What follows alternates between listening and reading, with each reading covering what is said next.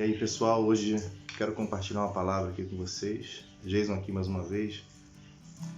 É uma palavra que está em Êxodo, capítulo 33, onde Moisés diz para Deus que, ainda que ele conhecesse todas as coisas a respeito de Deus, ainda que tivesse vivido tantos milagres na presença de Deus, uma coisa que nos surpreende é que ele, depois de ter visto o mar se abrir, depois dele ter visto tantos milagres no meio do povo, colunas de fogo, de fumaça, de nuvem, a nuvem que acompanhava, aliás, que guiava o povo de dia, e a coluna de fogo à noite, tantas outras coisas, tantas outras maravilhas.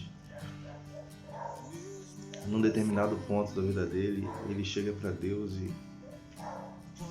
e diz: se a tua presença não for conosco, não nos faça subir desse lugar.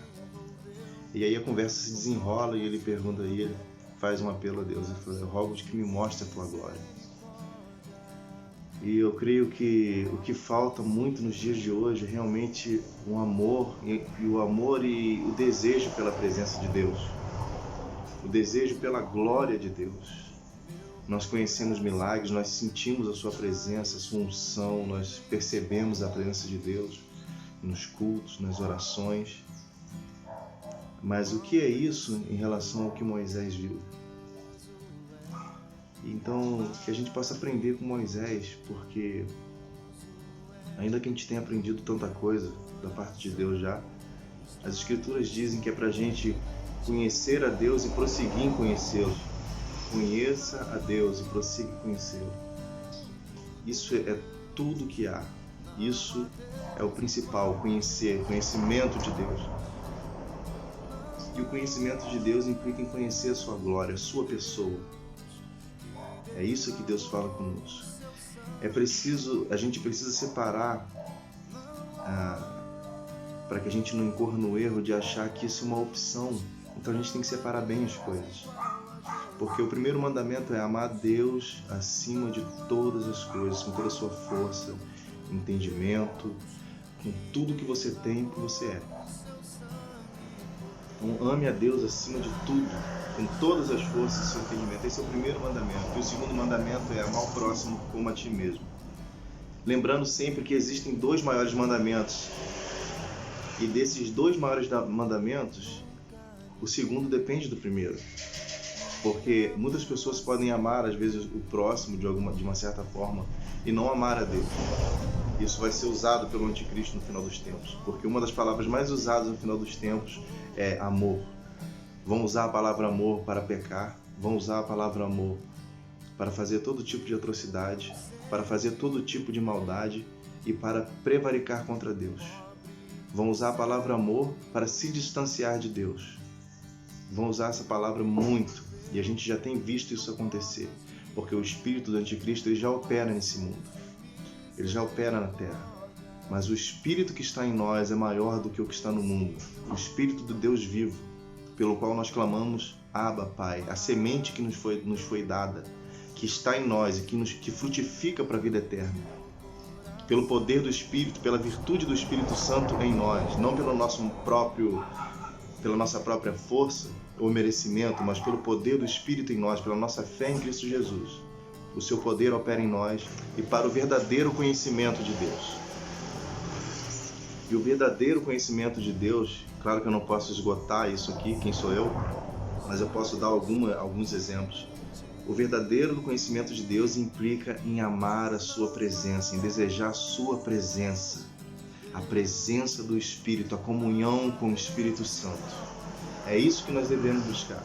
É isso que Moisés falou naquele dia, que é como se ele estivesse dizendo: eu não estou satisfeito, porque eu sei que há mais. E o mais é a própria pessoa de Deus, não o que ele faz, mas quem ele é, quem Deus é realmente. Então que a gente possa estar com o coração totalmente voltado para quem Deus é, da presença do Deus vivo. As Escrituras também dizem assim, que aqueles que amam a sua vinda, todos que amam a vinda do Senhor, na manifestação dele em glória, esses são os filhos de Deus, esses amam o Senhor. Os que amam a sua vinda, amar a vinda do Senhor é amar a sua presença, o seu reino que venha o teu reino, seja feita a tua vontade. É esse amor que nós devemos buscar e pedir ao Senhor: Senhor, faz queimar no nosso coração novamente. Faz queimar no nosso coração a chama que nos faz dizer: não nos deixe subir desse lugar se a tua presença não for comigo. Sabe, no desenrolar dessa conversa com Moisés, Deus fala com Moisés: eu vou enviar meu anjo, Moisés, para estar no meio de vocês. Porém, a minha presença não vai no meio de vocês, porque vocês são um povo obstinado, povo duro, de dura serviço, povo de coração duro. E eu não vou no meio de vocês não, porque se eu for no meio de vocês, eu vou destruir vocês.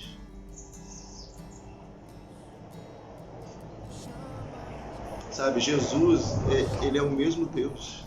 Aquele Deus que estava lá no deserto lá. O Filho de Deus estava lá. A presença de Deus é tudo que há.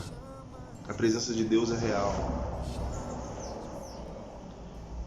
Mas o que é isso na prática? O que é isso na prática? O que é a presença de Deus? O que é ter comunhão com o Espírito Santo?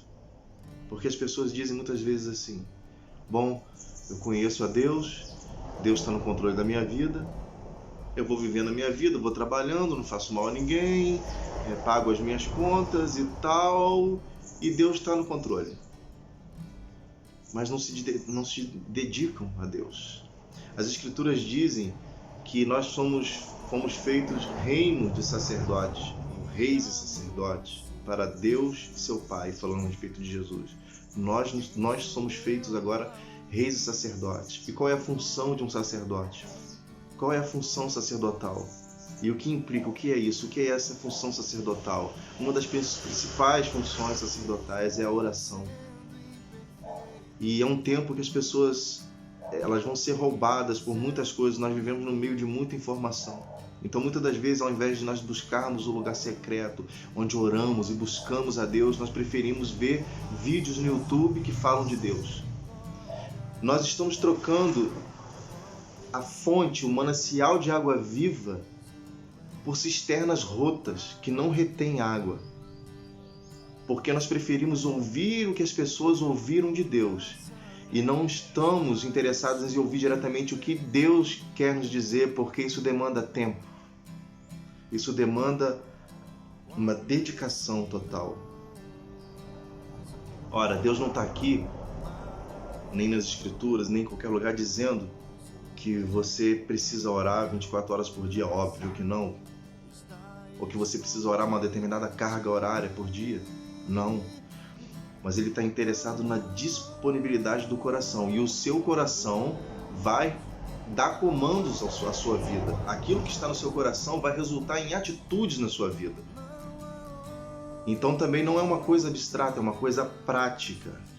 Como João Batista disse aos fariseus: vocês são filhos de Abraão, produzi agora, pois, então, frutos dignos de arrependimento, frutos que mostram que realmente vocês se arrependeram.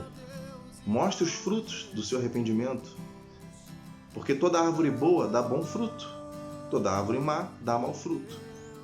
Lá em João diz que se a semente dele está em nós, nós não vivemos na prática do pecado. Porque a semente dele está em nós, então nós não podemos viver na prática do pecado.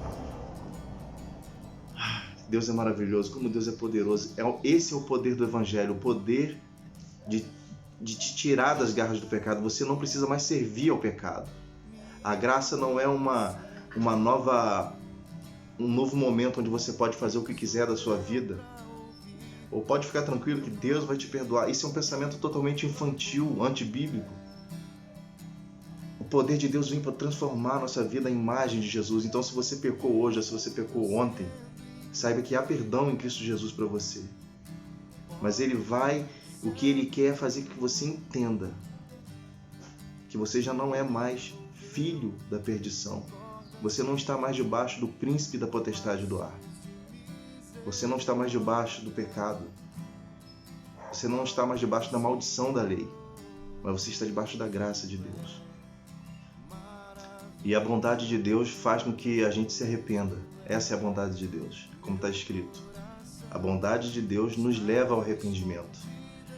E a bondade de Deus nos leva ao arrependimento e ao primeiro mandamento: amar a Deus acima de todas as coisas, porque sem esse mandamento todos os outros desmoronam. O amor é a base, mas acima de tudo, o amor a Deus. Porque Deus é amor. Não tem como desvincular o amor do Criador. Não tem como sair por aí amando todos e tal, independente de Deus, sem uma vida de oração, de devoção, sem procurar ouvir o que Ele tem para nos dizer. Porque Ele sim, nele sim habita a vida, nele está a vida. Nele está toda a sabedoria oculta dos séculos passados, nas gerações passadas, mas revelada nesse tempo presente, no seu Filho Jesus, para que a gente cresça, para que a gente conheça a Deus e para que a gente prossiga em conhecê-lo. E a palavra de Deus diz que o Espírito e a noiva dizem: vem. E quem tem sede, venha e beba das fontes das águas da vida, de graça. Então fique com essa palavra no seu coração. Ame a Deus acima de tudo. Amar a Deus acima de tudo é muito mais que ter um adesivo no seu carro, uma camiseta legal falando de Jesus, ou ir à igreja. Amar a Deus é deixar que Ele governe a tua vida. E não só isso, mas é desejar mais dele, é querer conhecê-lo, é prosseguir em conhecê-lo. É amar a sua vinda. Você deseja, você tem desejado a vinda do Senhor? Você tem desejado que Ele rompa os céus, que Ele apareça em glória nos céus? Ou você tem desejado que Ele se demore ainda um pouco mais porque você tem algumas coisas ainda para resolver? Que a gente possa olhar para o nosso próprio coração nesse momento. Como diz a Escritura: analise, pois, o homem a si mesmo. Então coma desse pão e beba desse cálice. Suas misericórdias excedem os céus.